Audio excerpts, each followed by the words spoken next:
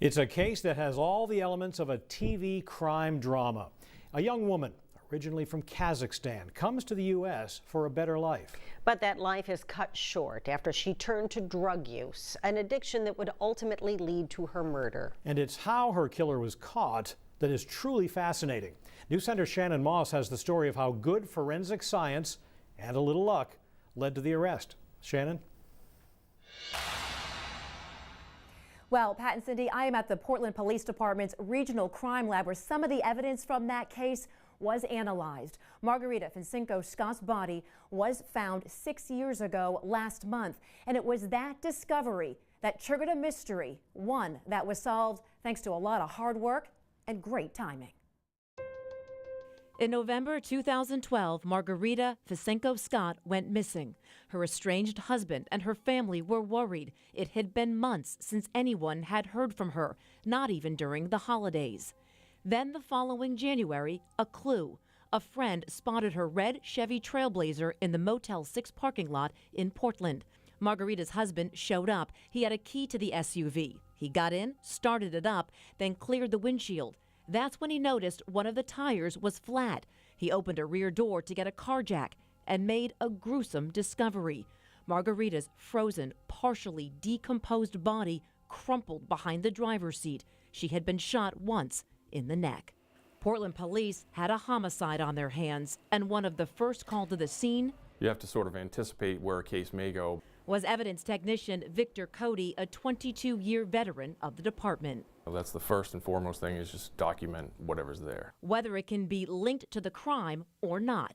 The car had clearly been in the parking lot for a while, plowed in during a couple of snowstorms. So did the assailant or whoever drove the vehicle there drop anything getting out of the vehicle? Cody and the other ETs made the decision to collect the snow around the car. They shoveled it into a department pickup truck and drove it back to police headquarters. The SUV was towed there as well. The heated basement just allowed it to melt overnight so that eventually we're fine. Anything that was in there would be left on the tarp. What did they find? An unrelated receipt, but you still have to try it. You still have to say you did it because you don't want to walk away and leave evidence out there.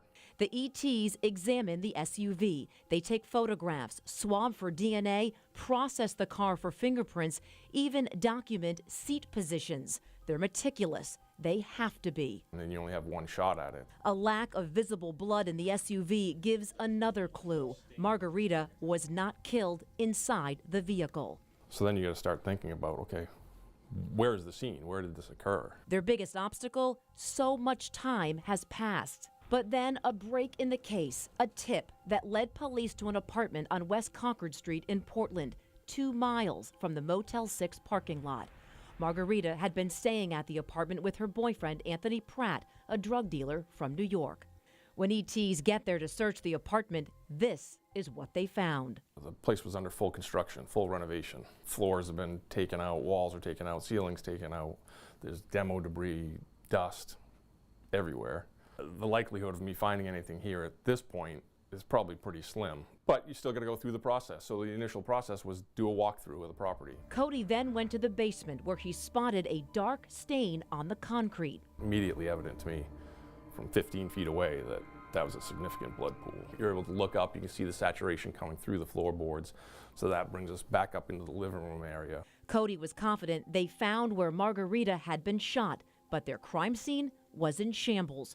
4 evidence technicians spent close to 4 days in the apartment, methodically uncovering more pieces to the puzzle. We can see there's blood on the protected side of the door, and significant dried blood along where the baseboard had been. They combed through debris which was piled in the dining room. They found a baseboard with blood on it and worked to recreate the living room by putting back the baseboard, trim, and rehanging some of the paneling.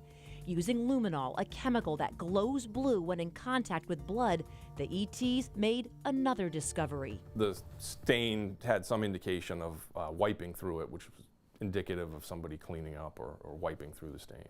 Then there was a hole in one section of drywall that caught their eye. One stood out that was fairly apparent as a bullet hole.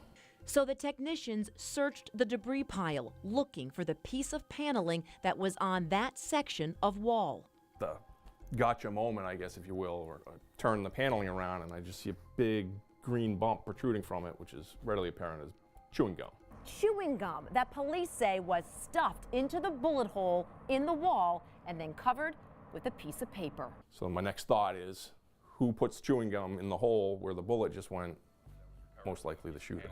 And testing the DNA left on that gum and that paper led to just one man, Anthony Pratt.